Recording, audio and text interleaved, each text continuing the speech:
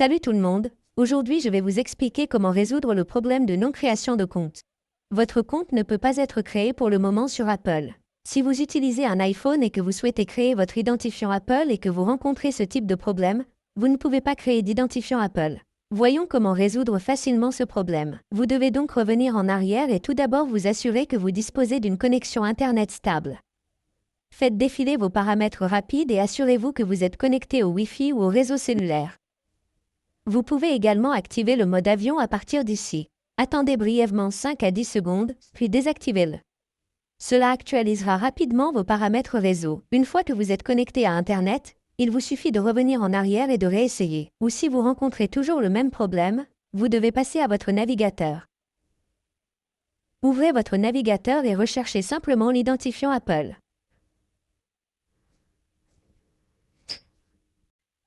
Une fois la recherche effectuée, vous devez sélectionner la première option et à partir de là, vous pouvez facilement créer votre propre compte.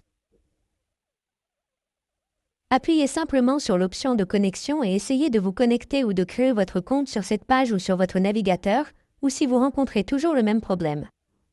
Maintenant, ce que vous devez faire, c'est ouvrir votre application Paramètres. Dans Paramètres, faites défiler vers le bas et recherchez Général. Faites ensuite défiler à nouveau vers le bas et recherchez Transférer ou réinitialiser l'iPhone. Appuyez ici sur Réinitialiser. Appuyez ici sur Réinitialiser tous les paramètres.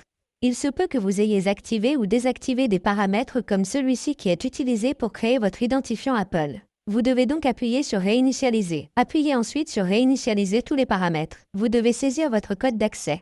Une fois que vous avez saisi votre code d'accès, les paramètres de votre téléphone seront réinitialisés. Une fois que les paramètres de votre téléphone seront réinitialisés, vous devrez réessayer. Ou si vous rencontrez toujours le même problème, vous devrez vous engager. Après cela, il se peut que votre problème soit résolu. Merci beaucoup d'avoir regardé la vidéo. À la prochaine vidéo, au revoir.